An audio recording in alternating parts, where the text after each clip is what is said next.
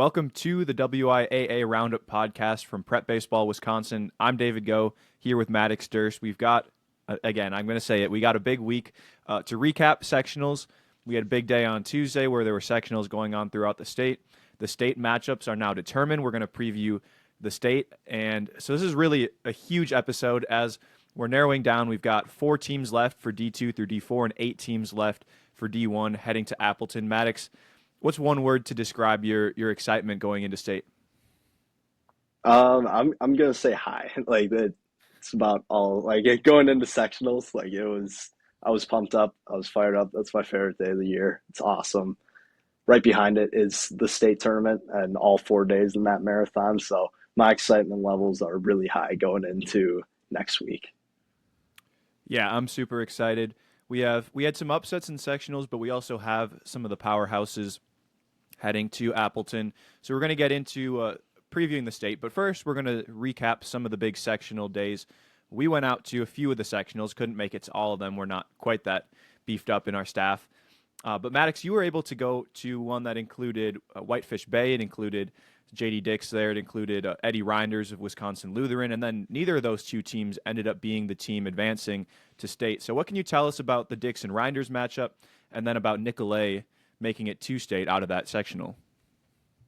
Yeah, so I made my way down to Maslowski Park on Tuesday, and it was really talented throughout, obviously. Just being able to be around Eddie and JD and watching them play against each other, like they each looked the part throughout the game, multiple barrels from each of them. And really what stole the show in that one was Tyler Andrews and Jake Ross. They ended up being in a pitcher's duel for the most part, and basically one error kind of determined the outcome of that game in Whitefish Bay. Once again, with Tyler Andrews throwing, he had a great high school career.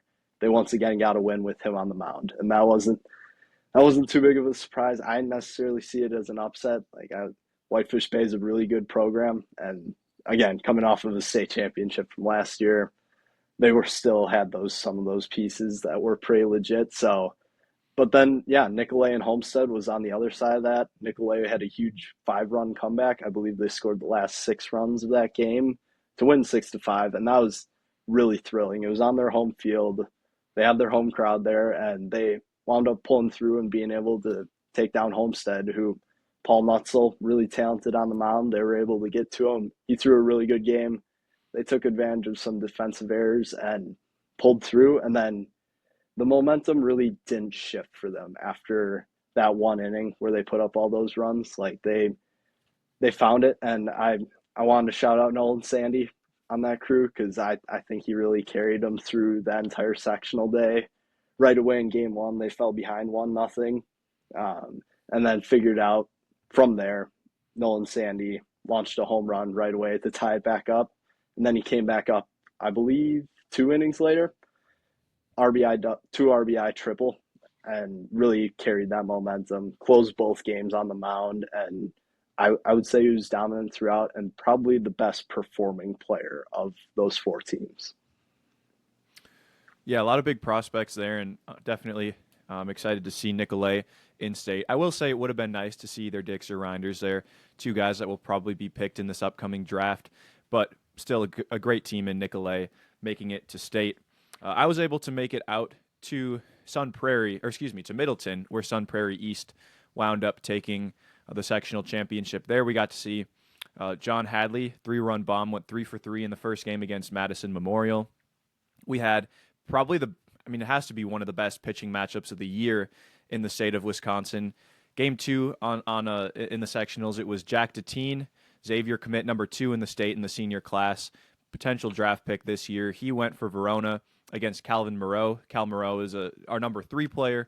He's over at Monona Grove in that sophomore class, and that was the best game I've seen all year. Deteen 88-92 with that high spin fastball, really true backspin, gets good carry on it, and a hammer of a breaking ball, kind of a gyro slider, more downward movement than it is lateral. But he was. I thought Monona Grove actually, they're a great lineup. They put together some really nice at-bats against Deteen, but Deteen's still an electric arm and still up to 92 this late in the year. Moreau, I thought, was maybe even in more control than Deteen, even though Moreau only topped out at 88 only. but he's got really good command of his fastball, both sides of the plate. That changeup, it really kind of plays like a split at about 77, 78, some heavy sink, more sink than it is run. And Moreau had to get pulled with one batter left, 6 2/3 innings, and I think this might have been the craziest ending we had in all the sectional games.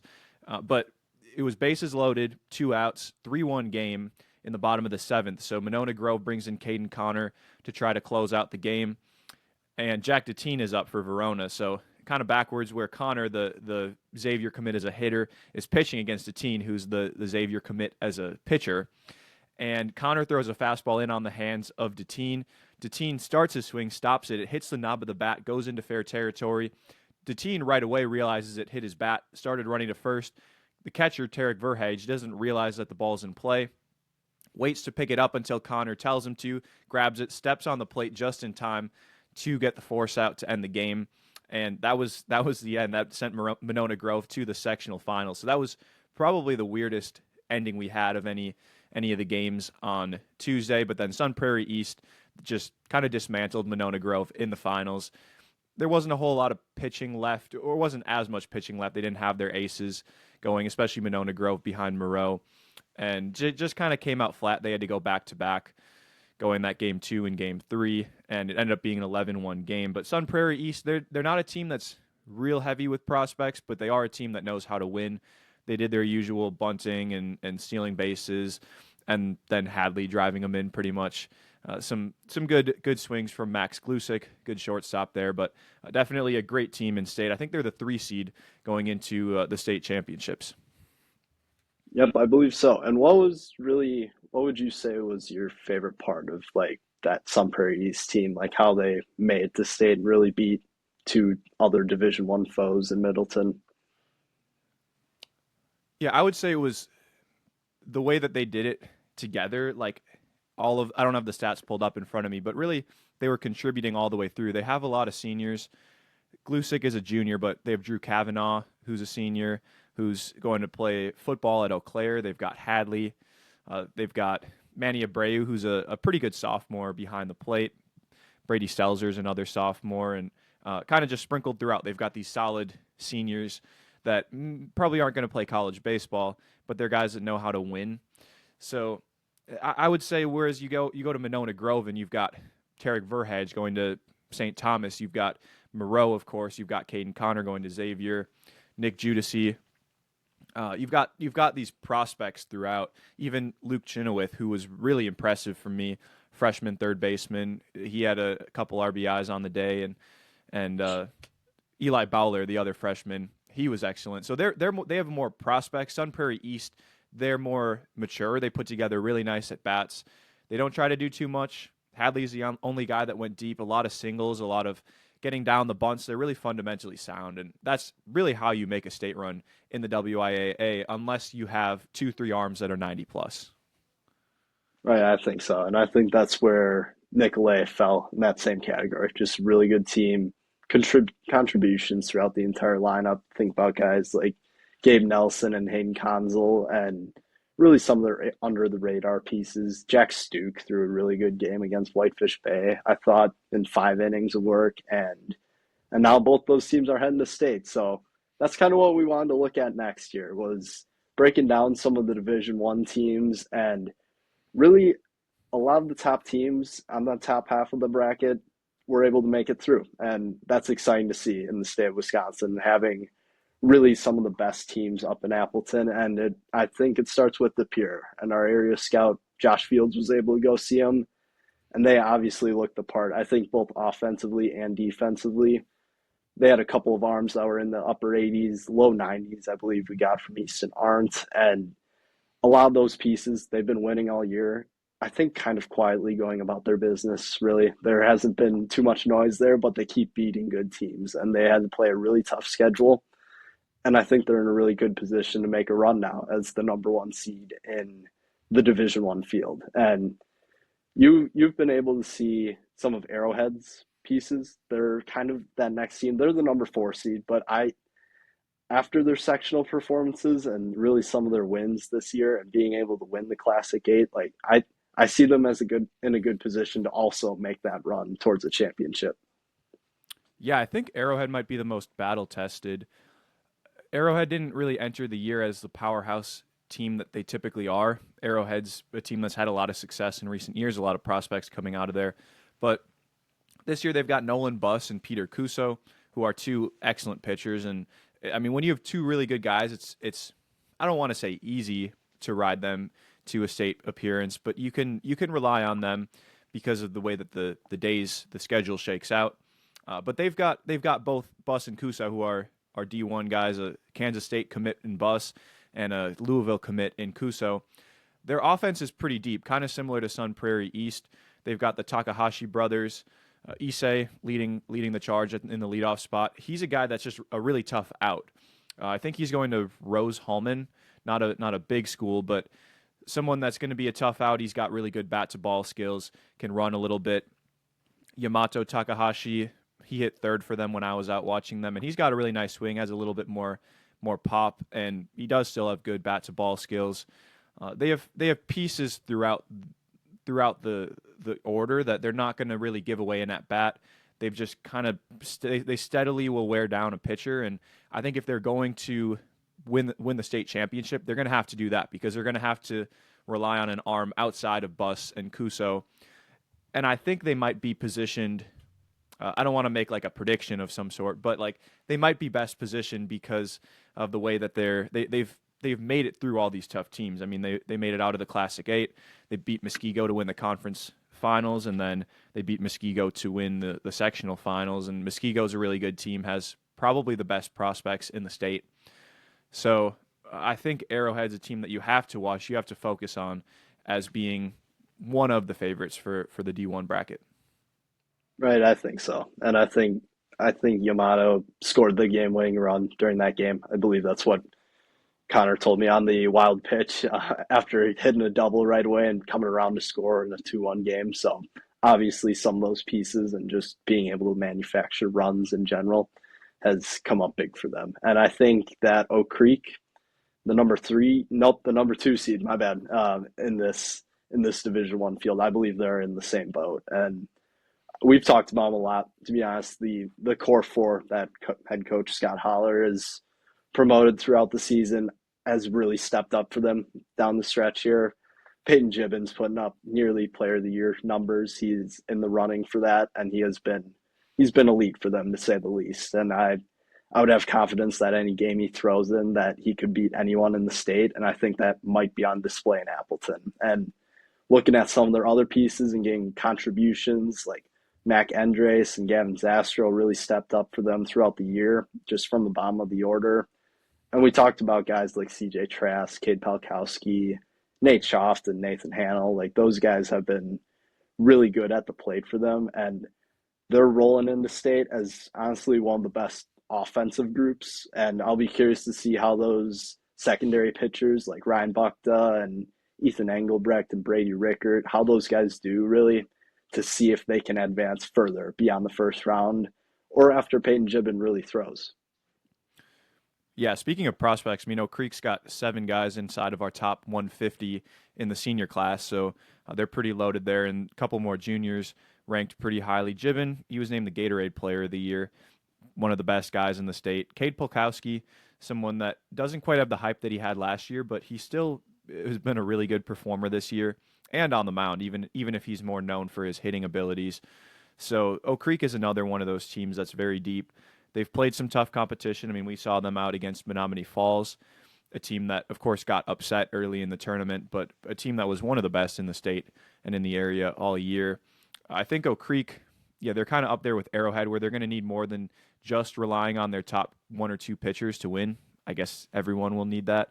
But they're also battle tested, probably a little bit more so than some of the other teams playing outside the area. I don't want to have too much of the Milwaukee area bias, but I think Oak Creek and Arrowhead are probably the 2 most battle-tested teams here.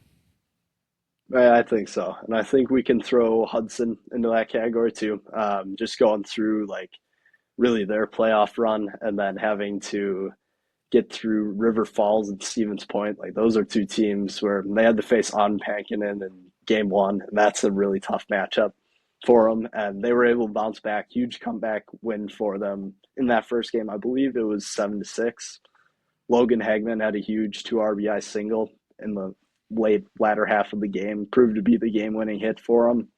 And then they came out and took it to Stevens Point, which was really impressive. Aaron Schweckler and Braden Bezanson combined to really shut down Spash, which has been really rare this year. The only other team to do it was De Pere, and they did it twice, but Hudson was the only team to do it against Spash's 1 and 2 arms, which was really impressive. And I think that's going to hold weight for them coming into the state tournament here in Appleton. Hunter Carlson has really stepped up his game. Landon Zuli's in the same boat. And we've talked about Logan Hagman a lot. There's a lot of pieces there. And that pitching staff, the two lefties in Bezanson and Schweckler, and then some of their relievers. Sam Abrahamson has had a really good year too. That's going to make them really tough out. And they have to play that Sun Prairie East team right away. And I think that's a really fun matchup, to be honest. Like, that'll be super intriguing right away on Monday, and I'll be curious to see who comes out on top. Yeah, that'll be a good matchup. Sun Prairie East and Hudson, I feel like, are both teams that like they're not going to give away an at bat. They're going to fight all the way through. Hudson a little bit hard. I think I saw Hudson once. No, maybe we saw Hudson a couple times. Logan Hagman is confirmed good at baseball as a freshman. But yeah, Hudson's another team. Obviously, these are all good teams. They made it to state for a reason. I wanted to talk about the biggest surprise team. They're an 8 seed, Menasha. They're a team that went in that kind of northeast region, and they made a surprise run. We haven't really talked much about Menasha because I don't want to say they were middling, but they were a 5 seed in a region that included 14 teams. They beat West Bend East to advance, and then they beat Hartford before beating Neenah. So Manitowoc Lincoln, a bunch of really good teams that they beat to get there. How does a team like that wind up on a run where they're now on 3 straight upsets? They knocked off number 4 West Bend East. They knocked off number 1 Hartford in their region, and they knocked off Manitowoc Lincoln, who was number 2 in their region. So how does a team like Menasha wind up doing that, pulling off a run like that? Are they the Cinderella team of this year? I think in a case possibly, but I believe they were underseeded a little bit in that sectional. I think that they were conference champions once again. I think for the 3rd straight year in the Bay Conference, and I think that holds some merit within that crew. But really, some of their, again, experience, I think, is the one word to describe. I think that's part of what you need in a formula to get to the state tournament. I know I tweeted about them in the preseason. I was looking back through it, and I said I was really a big fan of this Menasha baseball group, and it ended up paying off for me in the end here, and they made it to state, so that was a self-brag. But experience in general, I think, is the biggest key in making it to a state tournament, and having your senior, your junior players step up and be good. And I think really when I watched them at West Bend East, that's what it was. It was Ian Domes on the mound navigating through a tough West Bend East lineup with relative ease, and then driving in 2 runs to win the game pretty much. And then talking about guys like Ty Carlson, he reached base 3 times in that game. He's their leadoff hitter. Madison JC commit. He's gonna reach base. He's gonna be clutch for them. Quinn Ludvigson was in the same spot. He's actually throwing for them too, doing it as a 2-way guy, as a lefty. And he hit a double in that West Bend East game, and eventually came around the score while throwing a complete game the night before, or 2 nights before, against their first opponent in the playoffs. And then he did the same thing against Hartford. And really, that 1-2 punch between Ludvigson and Domes, like that, again, could take them far. And we haven't even talked about guys like Jacob Koopman yet, who really are just sitting in that bullpen as a 3rd starter, who could possibly make a difference here in the state tournament run. So I think Menasha's in a really good spot. Like, that's a tough 8 seed. Obviously, again, all teams at state are good, but it's a tough 8 seed to navigate against. And we've seen some upsets here. I've seen in the past 2 years with these seeding numbers. Like, I believe there was one year where all 4 of the lower seeds won their game. So anything can happen in Appleton, and I think Menasha sets up really well there. So what does a team like De Pere have to do then as the favorite. They're going to have the pressure. They're our number one team right now in the power rankings, and they're the one seed, of course, going into state. So what do they have to do then to take down Menasha? I think their formula with Axel Donson and Easton aren't on the mound really made a difference. I think at the sectional that we watched and taking down Appleton East and then Bayport, like those are again two programs that were really hot coming down the stretch there, and they were able to do that. So being able to limit Menasha runs wise, but I think offensively and gain contributions from those two guys on the offensive end. We saw Milo Upton hit a home run and a few others step up for them during that sectional run, and I think that's going to have to be the same formula. Pretty much being a team like Menasha, like it's going to be have to be outscoring them and putting up more than say 4 runs probably, just because offensively they might not have that power that they've had before. Like everything's been pretty low scoring with them, so putting up runs will be key, I think, and being able to have solid pitching that'll keep you in ball games, especially if you fall behind early. Yeah, we've talked about 7 of the 8 teams in D1. Before we move on to D2 through D4, touch on Westosha Central a little bit. I feel like they're kind of the in between team where they maybe haven't faced the competition that Oak Creek or that Arrowhead has. They also aren't the surprise team like Menasha or Nicolay pulling off some upsets. They just were steadily very good throughout the year. They were a 1 seed. They kind of did what they were expected to in the tournament. So, what are you looking for in Westosha Central going into the tournament? Yeah, really, it's going to be their two arms and Brody Schulte and Joseph Suoko. I think those guys they've been great for them all season. Like they've thrown a ton of innings for Westosha Central, and I think that's going to hold a lot of merit at the state tournament. Max Nottingham had a really good 2 games during that sectional run in relief. He was insanely clutch for them, both 4-3 wins, and he closed out both games for them after they scored early. So I like he's going to be an important piece out of the bullpen, especially if they get a lead. It seems that he's been having success. Carson Sealer was another guy, a 2025 outfielder who I've written up in the daily roundup probably like a dozen times, which is crazy to say. It usually doesn't happen, but he's been insanely productive for him from the leadoff spot. So having some of those key pieces step up, I think they have been tested with Union Grove and Badger and having to face. I thought Janesville Craig was a really good team before they eliminated them, and they've taken on the role of survive and advance in that motto, and I think they're in a really good spot to really compete. They're going to have a tough task in Arrowhead, of course. Everyone is, but I think they have a good shot to earn some wins up in Appleton. Yeah, so let's shift over to the D2 through D4 tournaments. There are 4 teams in each of those, so a little bit less to cover. They narrowed them down a little bit further by starting earlier on than the D1 teams. Division 2 favorite, the number 1 seed, Mosinee. We've talked about Mosinee quite a bit, but I wanted to talk a little bit more about them because for a Division 2 team, they've got prospects. They're really good in terms of just performance throughout the year. Keegan Jerschley, Garrett Shoup, Brady Loken, all guys we've talked about to some extent. You talk about writing guys up in the daily roundup. Those are guys that we see in the daily roundup a lot. So I would expect that Shoup probably will be on the mound for them in Game 1 against Lacrosse Logan. But talk to me a little bit about what makes Mosinee so good and what makes these players so good. Yeah, it's a really good group of seniors in that crew, and I do think that Garrett Shoup will throw in that first game, and he has been dominant for them all season. He did it against NDA. He outdueled Avery Duncan, which was really impressive. Like not a lot of teams, not a lot of individuals have been able to do that throughout the entire year. And that was a tough task. I think Notre Dame Academy has one of the better lineups in Division Two, and they have prospects littered throughout. And Mosinee was able to take him down. It was a 2-1 game, low scoring affair. But again, you talk about I think their defense is really solid. Like I think really within these low scoring games, like you have to have solid defense and you can't make mistakes. Their offense hasn't produced as much as I thought they would have, but they've been able to get runs when it's counted. I think Keegan Jerschley has been a main part of that. Once again, hanging in the leadoff spot. He's been there for 3 or 4 years now, his entire high school career, basically. And he's going to continue to be a staple. Wouldn't be surprised to see him on the mound, either in a closing role or starting Game 2 on that Thursday in a championship game.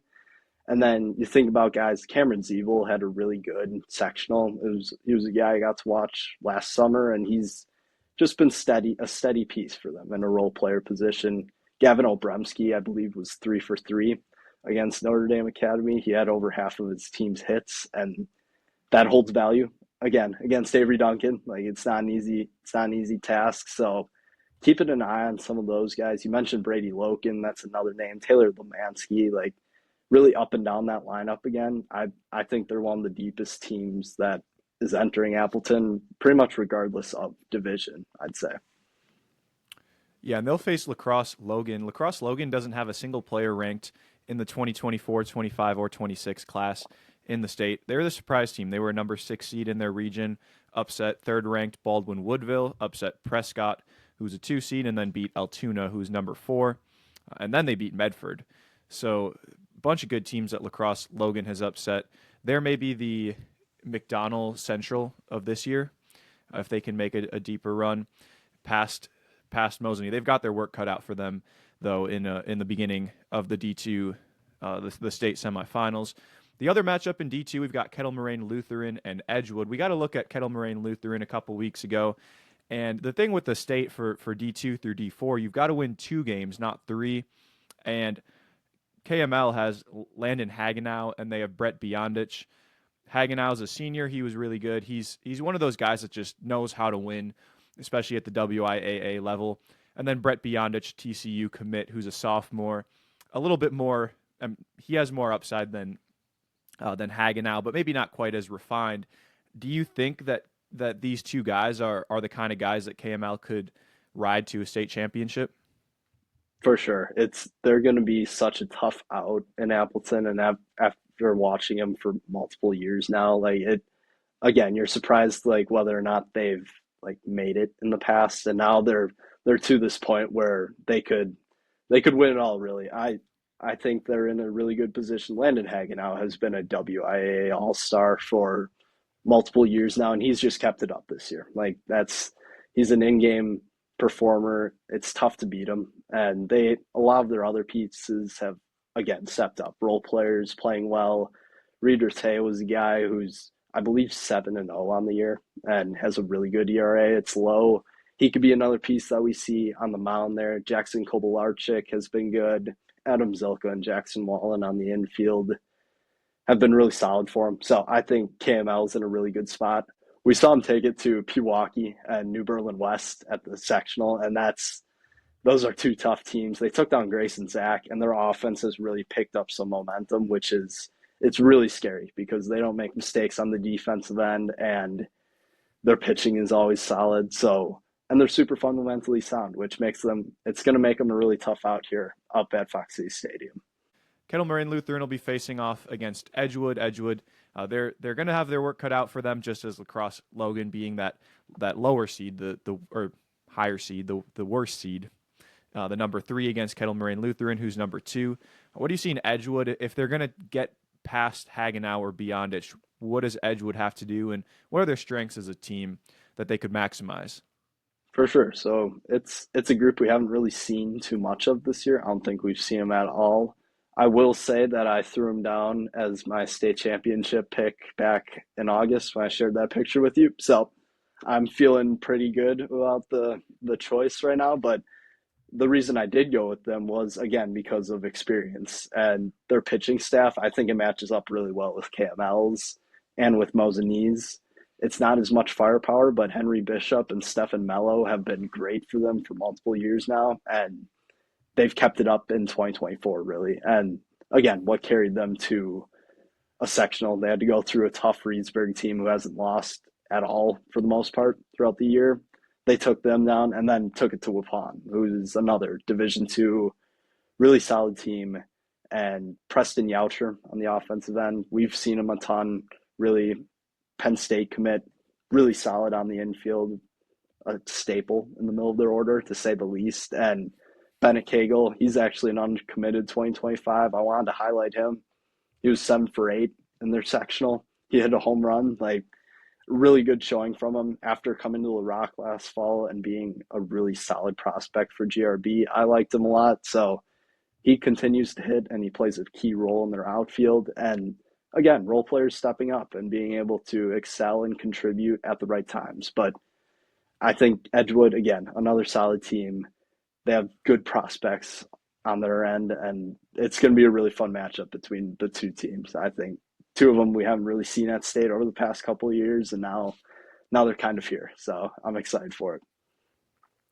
Yeah, role players stepping up kind of seems to be a theme for these state teams. A lot of them do have maybe one or two guys that are D1 college guys or big performers in the WIAA, but a lot of them they're pretty deep throughout the lineup, especially when you get to the lower divisions, D3, D4. You're going to need a lot of those role players to step up and just make plays on defense and be decent at the plate. You don't need everyone to be a star. Moving down to D3, we've got Aquinas against Cumberland, and we've got St. Joe's from Kenosha against Bondul. Kenosha St. Joe's, I think they're the easiest one to focus on as an organization that cares a lot about prospects, guys going to the next level. Dominic Santarelli, he's ranked number 2 in the state right now for our class of 2026 rankings. About as polished of a hitter as you'll see. First baseman for Kenosha St. Joe's. They've also got Tommy Santarelli. They've got Peter Visconti, Eric Canisi. So talk to me a little bit about what makes St. Joe so good. Of course, they've got the high-end talent here, but is that enough to get them to state and maybe get them through state, or are they going to have to rely on some other guys? What is going to be the game plan for St. Joe's if they're going to move past Bondul and then a potential matchup in the finals against either Aquinas or Cumberland? Yeah, for sure. You mentioned a lot of their bats, really, and Tommy Santarelli's been good on the mound for them too. So I'll be curious to see if he throws probably in game two, if I had to assume. But a lot of it will come down to their pitching. Mason Ballard's going to be really important for them. He's their ace. He plays in their ace role throughout the entire season. He's been really good for them all year. So I'm expecting him to step up and see like what he can do right away in game one to try and get him to a championship game. That's how they did in the sectionals too. But then on the offensive end, it's going to have to be a lot of scoring. Like they're going to have to produce. You talked about guys like Santarelli and Peter Visconti. Eric Kennedy is really a multi-sport star. Like I don't know any more simpler way to put it. Like between football, basketball, he's committed to Buffalo to play basketball. I believe he broke the all-time scoring record at the WIA state tournament for basketball. I think he dropped 51 points. Very some like Giannis type performance in a championship game, but like those guys at the top of their order have really been productive for him. Zach Rizzo was another guy that our staff has talked about, and he's been a really good piece for them too. So, and that's 5 or 6 bats in that lineup. They're a deep team on the offensive end. So I'll be curious to see how their pitching steps up and being able to shut down more good Division III teams within the field. Yeah, outside of Kenosha St. Joe's, a couple teams that they don't have the quite the prospect capital that St. Joe's has, but Aquinas they've got some good pieces. Eddie Peters, Aiden David, Tanner Peterson, Johnny Dietz. These are all guys that we've seen that you've highlighted and focused on. So with Aquinas being the favorite, I mean they're the number 1 seed. What are you looking for Aquinas to do? What are their strengths if they're going to take down both Cumberland and then maybe St. Joe's or Bondul in a finals matchup?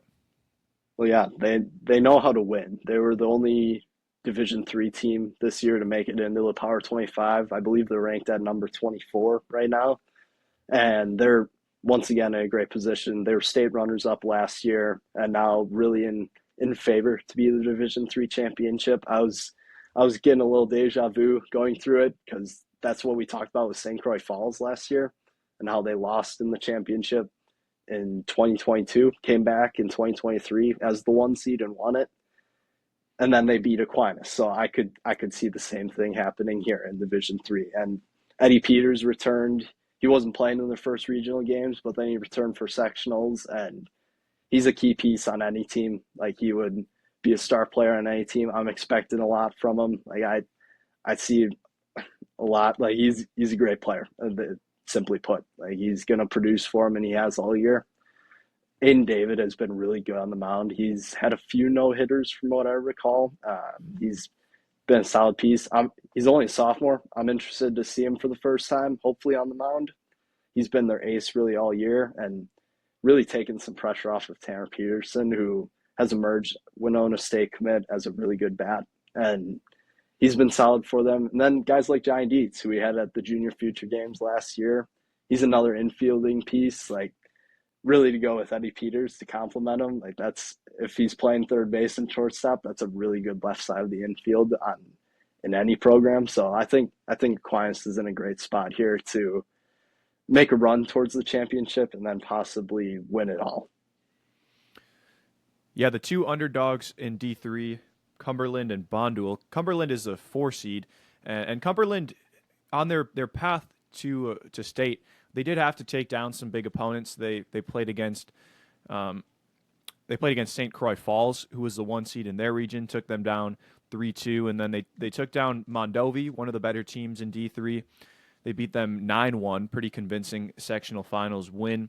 So as far as D3 teams go, they had a tougher path to make it to state. And then Bondul, they didn't have quite the same difficulty in their path. They had a lot of upsets that wound up upsets the round before that wound up playing Bondul. But also, if you look at their games, 1-0 win, and then another 1-0 win, then a 2-1 win, and a 7-0 win. So they've played 4 games, and they've allowed 1 run so far in the playoffs. So you have to think that pitching is going to carry them if they're going to make it through initially St. Joe's and then either Aquinas or Cumberland. They're going to rely on that pitching, maybe some good pitching against Santarelli's and some of the big bats in the Kenosha St. Joe's lineup. If Bondul is going to advance, it's going to be with the run prevention. Our last division, Division 4, not to overlook the great Division 4 baseball in Wisconsin. Starting off with Oliva Strum. Oliva Strum is a team that we've talked about. We had Coach Christensen on the podcast earlier in the year. They're a team that started off a little bit rough. They had some losses that we weren't quite expecting, but they bounced back. I believe they were a 4 seed heading into the tournament. Now here they are as the 1 seed in state because of that talent they've got, and also just they had a pretty difficult schedule, a lot of non-conference matchups against some good teams in the regular season. That seems like they're prepared for a state run here, or run through state. If Oliva Strum, with their talent, is going to kind of take that favorite status and advance through the tournament, advance through the semis and the finals, what is going to be the formula for them? Yeah, it's going to start with their pitching. Like they're Carter Gunderson, Jake Bajorki, those guys are going to have to be on. And that's what they've used. I believe they've won like 3 straight 1-run games, maybe 4. I have to look back at it, but they've played in tight matchups throughout the entire season and then all the way through playoffs. And we talk about having talent and then taking that talent and playing tough teams. I think that paid off for them here. And that's partially why they're a number 1 seed, was because of their strength of schedule. So I think really that point and then being able to manufacture runs. They're not a heavy hitting team.